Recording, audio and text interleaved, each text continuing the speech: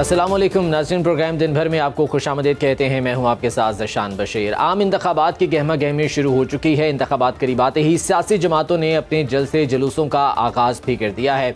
मुल्क भर में सियासी जमातों की जानिब से पावर शो किए जा रहे हैं। नई सियासी जमात इस्तेहकाम पाकिस्तान पार्टी के सरबराह जहांगीर तरीन भी इंतखाबी मैदान में उतर आए हैं। उन्होंने मुल्तान के हल्का N149 से बाकायदा अपनी इंतखाबी मुहिम का आगाज़ कर दिया। Chairman Peoples Party Bilawal Bhutto Zardari ने पहले ही अपनी इलेक्शन मुहिम का आगाज़ कर रखा है। बिलावल भुट्टो ने खैरपुर और डेरा मुराद जमाली में जलसों से खिताब किया, जिसमें उनका कहना था कि बल्ला अब नहीं रहा, अब तीर और शेर का मुकाबला होगा। बोले, ये कैसा शेर है जो घर में छुप कर बैठा है। लाहौर से इलेक्शन लड़ रहा हूँ, उनके घर में घुस कर मारूंगा। 3 बार के वज़ीर आज़म को चौथी बार मुसल्लत नहीं करने देंगे। दूसरी जानिब नून लीग की चीफ ऑर्गेनाइजर नवाज ने भी आज उकाड़ा में जलसा आयाम से खिताब किया। उनका कहना था कि नवाज शरीफ पर एम्पायर्स को साथ मिलाकर खेलने का इल्ज़ाम लगाने वाले सुन लें कि एम्पायर्स मेरे दाएं बाएं खड़े हैं, एम्पायर आवाम हैं, यही नवाज शरीफ को चौथी बार वज़ीर आज़म बनाएंगे। मरियम नवाज का क्या कहना था, आपको वो दिखाते हैं।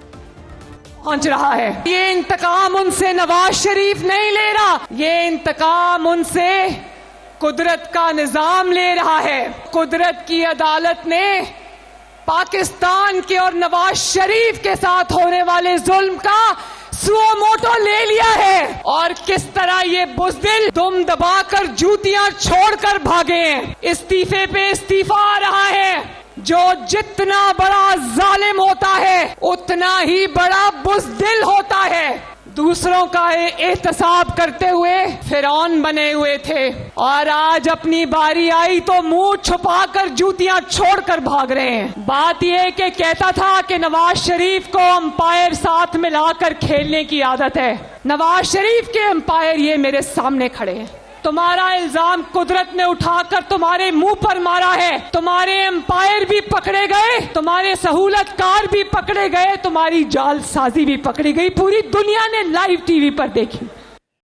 दूसरी जानिब बिलावल भुट्टो जरदारी मुख्तलिफ कन्वेंशन से खिताब कर रहे हैं और अब उनकी जानिब से कहा जा रहा है कि चूंकि बल्ला तो अब बाहर हो चुका, अब शेर का और तीर का मुकाबला है। बजाय इसके कि अपने वोट को ज़ाया करें, आप तीर को वोट दें और तीर को कामयाब करवाएं। उन्होंने अपने खिताब में क्या कहा, आपको वो भी दिखा दें।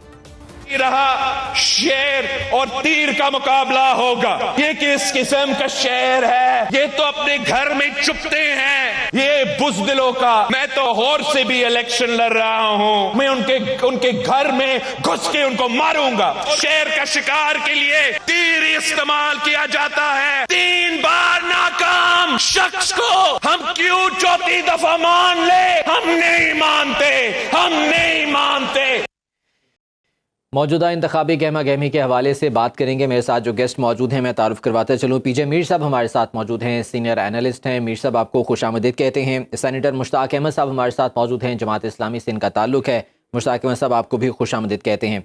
पीजे मीर साहब, मैं आपसे गुफ्तगू का आगाज़ करना चाहूँगा। मौजूदा जो सियासी सूरत हाल है, किस जानिब जाता आप देख रहे हैं? चूँकि बल्ला तो अब इंतखाबी मुहिम से बाहर हो चुका, अब तमाम उम्मीदवार इंडिपेंडेंट कंसिडर होंगे, आज़ाद हैसियत में इंतखाब लड़ेंगे। उसके बाद अब बिलावल भुट्टो ये कह रहे हैं कि अपना वोट ज़ाया ना करें बल्कि तीर को वोट दें।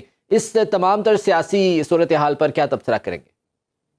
देखिए, जब कोई भी स्टेटमेंट्स देता है इलेक्शन से तो आप अपना कॉन्फिडेंस लूज कर जाते हैं एज अ वोटर। ये सारे पीडीएम में बैठे हुए थे पहले, तो क्या हुआ? उस वक्त इनको चोरी नजर नहीं आई, उस वक्त नवाज शरीफ चोर नजर नहीं आया। क्या अब नवाज शरीफ ने चोर इसलिए नजर आया क्योंकि इलेक्शंस हो रहे हैं?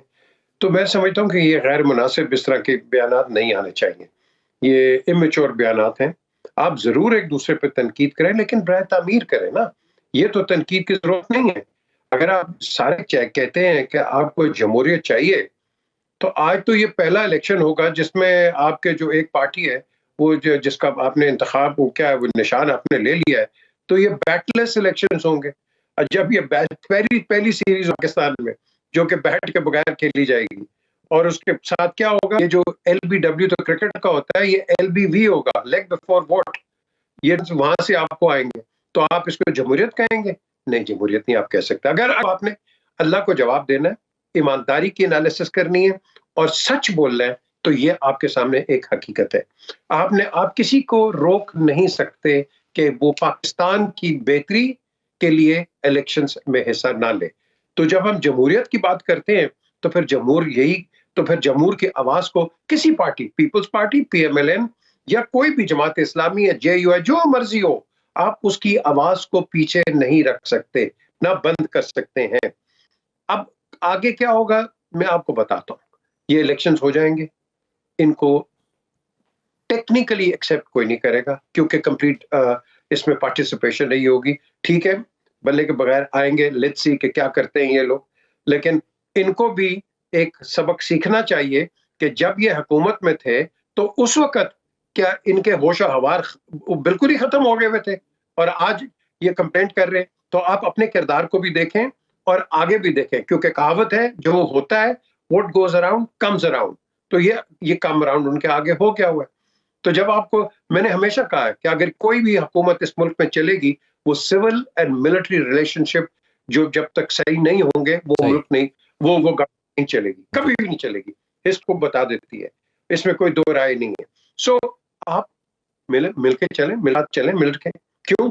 क्योंकि आप इंटरनल आपकी इतनी फाइटिंग है। अभी आपके इलेक्शन हो गए, बिलीव मी, ये जितने भी हैं, जो भी हुकूमत आएगी उसको 1.5-2 महीने चलने नहीं देंगे ये।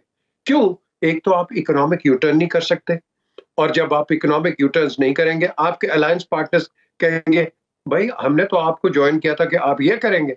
तो अगर वो नहीं कर सके, अलायंस पार्टनर्स भी साइड पे हो जाएंगे। बिल्कुल सही कह रहे हैं मीर साहब, बहुत से चैलेंजेस का सामना होगा जो भी हुकूमत मुंतखब होकर आएगी। मुश्ताक अहमद साहब हमारे साथ मौजूद हैं, उन्हें भी शामिल गुफ्तगू कर लेते हैं।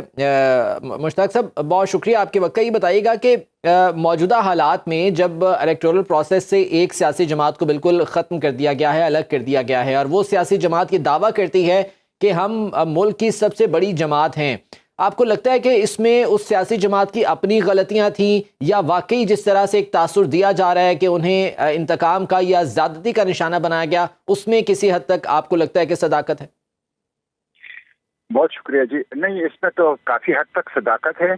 यानी ये इंतखाबी निशान छीनना, ये तो सिर्फ एक कदम है। आप देख लें कि इसके अलावा भी इस वक्त पूरी हुकूमती इदारे एक पार्टी को दीवार से लगाने की कोशिश में लगे हैं, और उनका इंतखाबी निशान छीनना और बहुत सी ऐसी चीजें हम गुज़िश्ता चंद माह से देख रहे हैं कि ये हो रहा है। तो इसमें तो शक नहीं है कि लेवल प्लेइंग फील्ड नहीं है, बल्कि पाकिस्तान तहरीक इंसाफ के लोग तो गए थे सुप्रीम कोर्ट के हमें लेवल प्लेइंग फील्ड दे दें, तो सुप्रीम कोर्ट ने सिरे से उनसे फील्ड ही ले लिया। यानी वो अब टेक्निकली एक तरह से बैन हो गई है, उनके ऊपर पाबंदी लगा दी गई है, और आइंदा इंतखाबात जो 8 फरवरी को होने जा रहे हैं उसमें पाकिस्तान तहरीक इंसाफ नामी पार्टी और उनका इंतखाबी निशान बल्ला नहीं होगा। तो ये इलेक्शन इनेकाद से पहले मुतनाज़िया बन गए हैं, और उसके नतीजे में बहरान, सियासी बहरान जो है ये मजीद शिद्दत इख्तियार करेगा, और सियासी बहरान के साथ जुड़ा है हमारा माशी बहरान। तो ये जो माशी बहरान है जो कि पहले से हमारा चला आ रहा था और PDM की हुकूमत में मजीद गहरा हो गया, ये मजीद गहरा हो जाएगा इस सियासी अदम इस्तेहकाम से, और अवाम की तकालीफ के अंदर इजाफा होगा। मुझे बहुत दुख है कि देखिए कॉन्स्टिट्यूशनल इंस्टीट्यूशन है इलेक्शन कमीशन और सुप्रीम कोर्ट ऑफ पाकिस्तान, और दोनों ने बहुत ही अनफॉर्चुनेट डिसीजन ले लिया है, बहुत ही अनफॉर्चुनेट वर्डिक्ट है, और बहुत ही अफसोसनाक है कि जिसके नतीजे में जमहूरियत कमजोर होगी। और मुझे दुख इस बात का है कि देखिए 62(1)(f) में पहले अभी चंद दिन पहले सुप्रीम कोर्ट ने फैसला दिया था कि किसी को लाइफ टाइम डिस्क्वालिफिकेशन नहीं दी जा सकती, और ये कॉन्स्टिट्यूशन के खिलाफ है। लेकिन अब इन्होंने न सिर्फ किसी शख्स को बल्कि एक पूरी पार्टी को जिसके मिलियंस ऑफ वोटर है उसको डिस्क्वालीफाई कर लिया टेक्निकल बुनियादों के ऊपर, और उसको लोगों को ये मौका ही नहीं दिया कि वो अपने पसंद के लीडर को, पसंद की पार्टी को, पसंद के इंतखाबी निशान को वोट दे सके। जहां तक इस बात का ताल्लुक है इंट्रा पार्टी इलेक्शन का, तो आप मुझे बता दें सिवाय जमात इस्लामी के किस पार्टी के इंट्रा पार्टी इलेक्शन फेयर और ट्रांसपेरेंट होते हैं? ये तो एक स्क्रिप्टेड कार्रवाई होती है, एक मसनूई कागजी कार्रवाई होती है जो सिर्फ फाइल का पेट भरा जाता है और सिर्फ इलेक्शन कमीशन का मुंह बंद रखा जाता है। और मैं चैलेंज करता हूं इलेक्शन कमीशन को कि वो पीपल्स पार्टी के इंट्रा पार्टी इलेक्शन का जायजा लें, मुस्लिम लीग के इंट्रा पार्टी इलेक्शन का जायजा लें, एनपी, जेयूआई, एमकेएम के इंट्रा पार्टी इलेक्शन का जायजा लें, वो उसके अंदर उनको हजार गलतियां नजर आएगी, सिवाय जमात इस्लामी के जिसका एक ऑटोनॉमस इलेक्शन कमीशन है। अली जफर साहब ने भी अपने दलाइल में सुप्रीम कोर्ट में मुश्ताक साहब ये बात की थी, लेकिन एक बहुत अहम पॉइंट आपने जो है वो उठाया है मीर साहब, पॉलिटिकल इंस्टेबिलिटी और इकोनॉमिक इंस्टेबिलिटी नहीं आ सकती मुल्क में जब तक जो है वो हम सियासी तौर पर मुस्तहकम नहीं होंगे। ये बात कर रहे हैं मुश्ताक अहमद साहब। अभी गौहर खान साहब भी मीडिया से बात कर रहे थे और उन्होंने भी ये जिक्र किया कि जितनी बड़ी तादाद में आज़ाद उम्मीदवार मुंतखब होके आएंगे तो हॉर्स ट्रेडिंग में इजाफा होगा। ये कितना संजीदा मामला है आपके ख्याल? देखिए जी, बिल्कुल होगा। और इसका सबसे पहले मैं अपने कोर्ट्स को कहता हूं कि ये कसूरवार है। आप पहले बैठ के जजेस को ऐसी ऐसी सजाएं देते हैं और उसके बाद आप ही नवाज शरीफ को एक्ट कर देते हैं। आपने 11 साल आसिफ जरदारी के साथ क्या किया के बाद सदर पाकिस्तान आपने बना दिया। मुझे बताएं, ये क्या मजाक करते हैं आप लोग? क्या आपका जस्टिस सिस्टम क्या है? प्लीज मुझे ये बता दें आप। या तो आप, मैं तो कहूंगा नवाज शरीफ को भाई कॉम्पनसेशन मांगो, आसिफ जरदारी से भी कहूंगा कॉम्पनसेशन मांगो। लेकिन बड़ी जो चीज यहाँ है कि जितने भी ये जमहूरियत के चैंपियंस खड़े हुए हैं, इनको आज जमहूरियत का साथ देना चाहिए था। ये इन्होंने तो जमहूरियत को भगाया अपने आप से। इन्होंने भगाया क्यों है? क्योंकि हम लड़ेंगे, ये नहीं लड़ेंगे। अगर ये नहीं लड़ेंगे तो फिर आपकी जमहूरियत कैसे कंप्लीट होती है, मुझे बताएं। और आपने सही कहा, गौर किया, सही बात कर रहे हैं। हॉर्स ट्रेडिंग आपकी शुरू हो जाती है। नजरिया कहां चला गया आपके? कहां नजरियात हैं आपके? नजरियात हैं? कोई नहीं है। ये जमात इस्लामी को देखो, इनमें से कोई बंदा है, कोई बड़ा बंदा निकला है जाके दूसरी पार्टी ज्वाइन कर दी। ये नून से भी निकल आते, पीपल्स पार्टी से भी निकल आते हैं, वो आज पीटीआई से भी निकला है। नजरिया क्या है? या तो सिर्फ नजरिया ये है कि इलेक्शन आओ, इलेक्शन में जीतो, मुझे कुछ मिल जाए। और भाई तुम्हें मिल जाए, अल्लाह तुम्हें सब कुछ दे, लेकिन अवाम के लिए क्या करोगे? क्या इन कोर्ट्स को पता नहीं है? ये डिसाइड नहीं कर सकते अवामी फैसले। अवाम का वोट होता है हर मुल्क के अंदर, कोर्ट्स का वोट नहीं होता। एक आदमी पूरे एक इलेक्टोरेट को उड़ा नहीं सकता।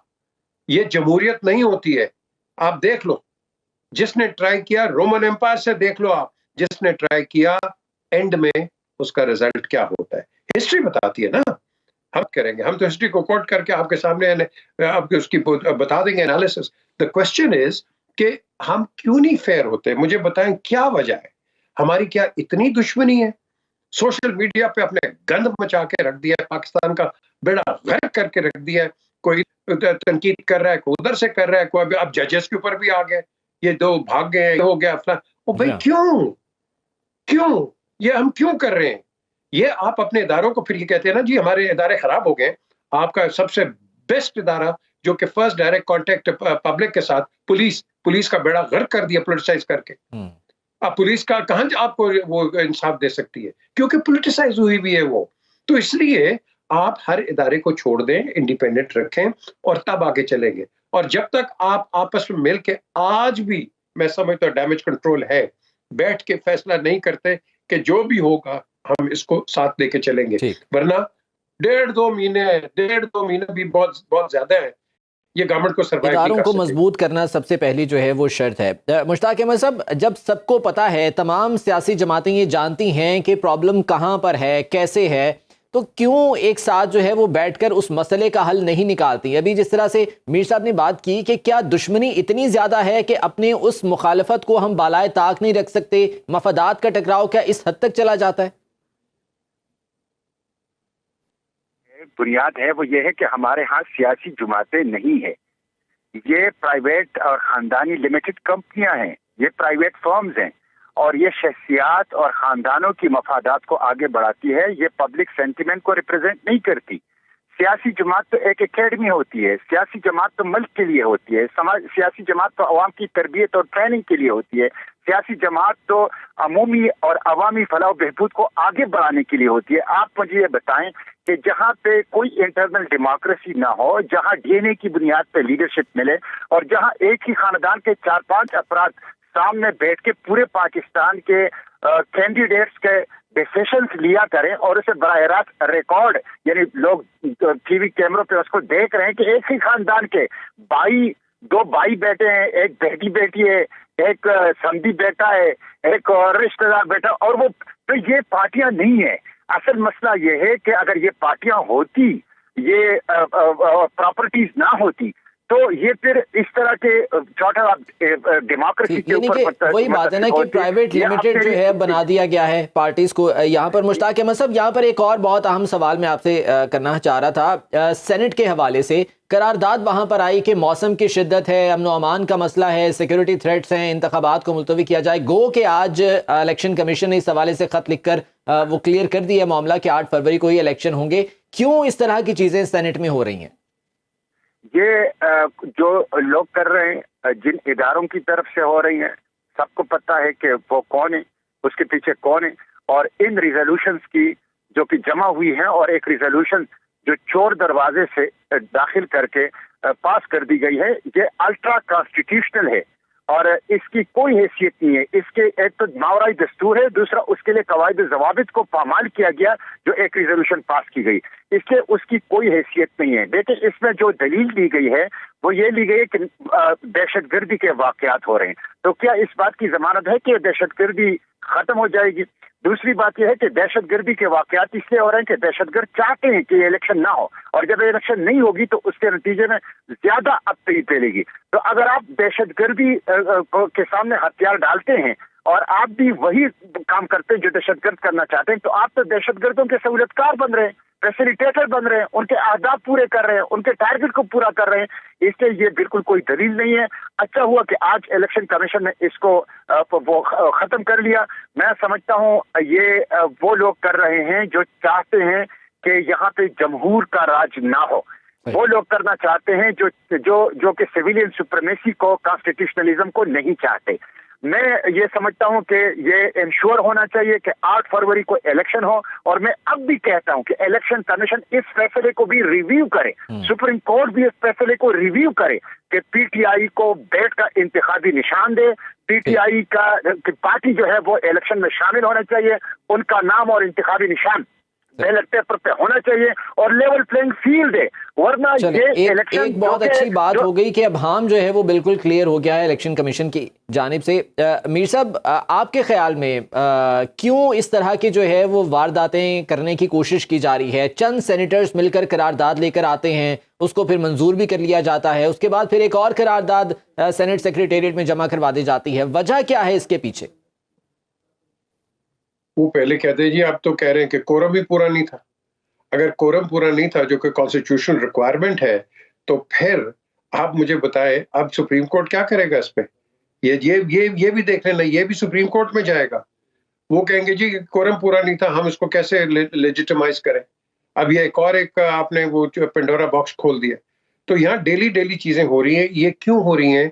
क्योंकि अब मेरा ख्याल है कि ये लोग कोशिश कर रहे हैं कि इन इलेक्शंस को पोस्टपोन कराएं या डिले कराएं।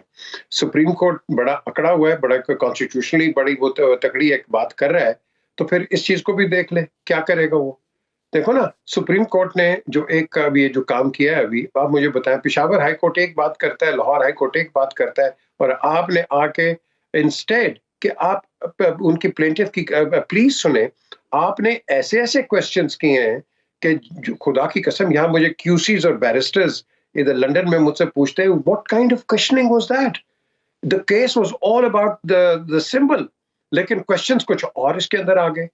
बिल्कुल माना पीटीआई ने बड़ी गलतियां की, बिल्कुल माने गलतियां की हैं, कौन नहीं करता इस मुल्क के अंदर या दुनिया के अंदर, कौन नहीं गलतियां करता। लेकिन सुप्रीम कोर्ट एक बाप होता है, और बाप जो होता है वो एक आंख से देखता है। मैं आपको एक कहानी क्या छोटी सी एक एग्जांपल देता हूं। महाराजा रंजीत सिंह, जो कि यहाँ से सबसे लॉन्गेस्ट रूलर हैं उसके बाद शरीफ, उनके पास एक आदमी कुरान बेचने के लिए आया। एक पर्दे को एक वेल के पीछे खड़े थे, तो फकीर एजाजुद्दीन, ये जो कि अभी भी उनका फकीर खाना है लाहौर में, तो वो उनसे कहा कि भाई ये कुरान है, सोने का है। तो उन्होंने कहा नहीं जी महाराजा नहीं लेंगे, कि वो तो सिख है वो। तो उसने सुना, महाराजा रंजीत सिंह ने, उसने कहा मैं महाराजा हूं पूरे पंजाब का और मैं सबको एक आंख से देखता हूं। ये स्टेटमेंट दी थी, हिस्ट्री है आपके सामने। तो यहाँ तो एक आंख नहीं है, यहाँ तो किसी आंख से को देख ही नहीं रहा एक दूसरे को। सही। हमारी इतनी रंजिशें नहीं है, इतनी एक दूसरे से उगल दिया है कि आप अंदाजा नहीं लगाते थे। कभी पेट फाड़ूंगा तो फिर 7 हो जाते हैं, कभी करूंगा फिर 7 हो जी हाँ, जाते बिल्कुल। हैं। माजी में सर बहुत से ऐसे बयानात सामने आते रहे हैं, लेकिन जब मामला हो हुक्मरानी का तो फिर सब एक साथ होते हैं। बहुत शुक्रिया आपके वक्त का। पीजे मीर साहब हमारे साथ मौजूद थे, सेनेटर मुश्ताक अहमद साहब हमारे साथ, जमात इस्लामी के रहनुमा, आप दोनों के वक्त का बहुत शुक्रिया। नाज़रीन, प्रोग्राम का सिलसिला आगे बढ़ाएंगे एक ब्रेक के बाद हमारे साथ। नाज़रीन, प्रोग्राम का सिलसिला आगे बढ़ाते हैं और अब कुछ बात कर लेते हैं इंतखाबी हलकों के हवाले से कि वहाँ पर क्या सूरत हाल है। कराची जो कि मुल्क का सबसे ज़्यादा रेवेन्यू देने वाला शहर है, लेकिन किसी भी सियासी जमात ने यहाँ के मसाइल हल करने में संजीदगी नहीं दिखाई। ज़िला मलीर के हल्का NA 231 और सूबाई असम्बली के हल्कों PS 84 और 89 में भी सूरत हाल दीगर इलाकों से मुख्तलिफ नहीं है। यहाँ के लोगों के मसाइल क्या हैं और वो सियासी नुमाइंदों के हवाले से अपनी क्या राय रखते हैं, अरबाब अली चांडियों ने खुसूसी रिपोर्ट तैयार की है, वो आपको दिखाते हैं। कराची के हल्के 231 में मौजूद हूँ। पुराने हल्के का नाम 237 था। इस हल्के के लोगों के मसाइल का अंदाजा तो मेरे बैकग्राउंड से आपने लगा लिया होगा। लोगों से पूछते हैं कि वो किन किन दुश्वारियों का सामना कर रहे हैं तमाम तर इलेक्शन में वोट देने के बावजूद। आइए मेरे साथ लोगों से पूछते हैं कि वो क्या कहते हैं। इस इलाके के क्या मसाइल हैं जिनको हल होना चाहिए? इस इलाके के बहुत बड़े मसाइल हैं जी। सबसे बड़ा मसला सीवरेज का है। सबसे बुनियादी मसला ये बदबख्ती सीवरेज का है, जिससे हमारी नई नस्ल जो है बीमारी के अंदर मुख्तलिफ है। दूसरा मसला एजुकेशन का है। स्कूलें नहीं है यहाँ पर, सारे प्राइवेट स्कूल हैं जो हमारे पास अंदर इतनी पहुँच नहीं कि हम अपने बच्चों को पढ़ाएं वहाँ पर। तो ये जो मुंतखब नुमाइंदे आपसे इलेक्शन में वोट लेते हैं वो क्यों नहीं ऐसे सरकारी स्कूल बनवा? ये बड़ा अच्छा बात आपने की ना। उनको अपनी अय्याशियों से टाइम मिले तो ये बनाए ना, अपनी बदमाशी से टाइम मिले तो ये बनाएं। उनको तो अपनी कुर्सी की फिक्र है। कुर्सी पे बैठे अगर हम जाते हैं किसी मसले के लिए उनके पास, तो वो कहते हैं बाबा इलेक्शन होगा ना तो आप आ जाएं। आपको किन मसाइल का सामना है? मसाइल तो का सामना होगा ना। मसाइल बहुत हैं इस मुल्क के। जो हम मेहनत कर रहे हैं, उनको वोट दे रहे हैं, लाइनों में खड़े हो रहे हैं, तो हमें इसमें फ़ायदा नहीं मिला, कोई समरा नहीं नज़र आ रही है। तो इससे बेहतर है कि हम वोट ना दें, इनको फ़ायदा ही नहीं है। हम उस आदमी को वोट देंगे जो हम देखेंगे कोई हमारे लिए कोई तरक्याती काम करेगा, हमारे मसाइल हल करेगा, हम उसको वोट देंगे। जो नहीं करेगा तो उसको जवाब अस्सलाम वालेकुम। यहाँ से लेके आप मेमनगोट तक चले जाएं, कहीं नहीं मिलेगी आपको, ना गैस मिलेगी, ना पानी मिलेगा, ना बिजली मिलेगी। गुजारा किससे हो रहा है? बस ऐसे ही हो रहा है। वोट लेने वाले जो आ रहे हैं, ये वोट लेने वाले आएंगे ना इस मरतबा, फिर उनसे भी वैसे ही बात करेंगे भाई। वैसे तो ये इस हल्के के लोग जो मुंतखब होते हैं वो वजीर भी बनते हैं, सब कुछ बनते हैं भाई, बाद में मिलने को नहीं मिलता हमें ना। कभी आते हैं 5 साल के अंदर के चक्कर मारने कि क्या हो रहा है, कितने मर गए, कितना कुछ हुआ है। आप कितने अरसे से इस इलाके में रह रहे हैं? हमको 50 साल से ऊपर है। 50 साल से ऊपर। यहाँ किन मसाइल को आपको सामना है? पानी का है, बिजली का है, गंदगी का है, गैस का है, क्या है? कुछ फायदा नहीं है, कुछ नहीं, गैस का ना बिजली का ना पानी का, कुछ फायदा नहीं, मतलब कुछ भी नहीं मिल रहा आपको? कुछ नहीं मिल रहा। सबसे ज्यादा हमारे इलाके में जो मेन इशू है ना, यहाँ बड़ा हॉस्पिटल है ही नहीं। बड़ा हॉस्पिटल कोई नहीं? पूरा बड़ा हॉस्पिटल नहीं है। पूरा मल्लीर के इलाके में गवर्नमेंट का हॉस्पिटल नहीं है। यहाँ सब गरीब लोग रहते हैं। हमारा अच्छा स्कूल है सरकारी? यहाँ सरकारी स्कूल है मगर कंट्राट में तब्दील। कंट्राट में? कंट्राट में तब्दील है। पूरा मल्लीर के अंदर एक कब्रिस्तान भी नहीं है। क्यों कि हम लोगों का यहाँ जब मुर्दे कोई लाकत होता है ना, तो पूरा इलाकों में हम लोगों का ये कब्रिस्तान है कि वो भरा पड़ा हुआ है कई सालों से, और दफन करने के लिए जगह नहीं है। एक तो सफाई सुथराई का सबसे बड़ा इशू है यहाँ पर। दूसरा कब्रिस्तान का मसला भी है। अगर कब्रिस्तान है तो उसमें ना सफाई है ना लाइटिंग का कोई मसला है। अस्पताल भी यहाँ पर नहीं है, मतलब इस प्रोविजन में कोई नज़दीक में कोई हॉस्पिटल नहीं है, जिससे मरीज़ों को बहुत दूर जाना पड़ता है। तो वो भी बहुत बड़ा मसला है। फिर वही अब बरसाती मेंढक निकलेंगे, इलेक्शन आ रहा है तो एक दूसरे का दिल जीतने के लिए, फिर इलेक्शन के बाद फिर सब गायब हो जाते हैं, कोई भी नज़र नहीं आता है। 2024 के इंतखाबात उम्मीदवारों के लिए भी है कड़ा इम्तिहान, क्योंकि मसाइल तो हल हुए ही नहीं। यानी 231 कराची के क्या मसाइल हैं, ये तो अरबाब अली चांडियों ने हमें बता दिया। मजीद भी कुछ इस हवाले से बात करेंगे, लेकिन एक ब्रेक के बाद हमारे साथ।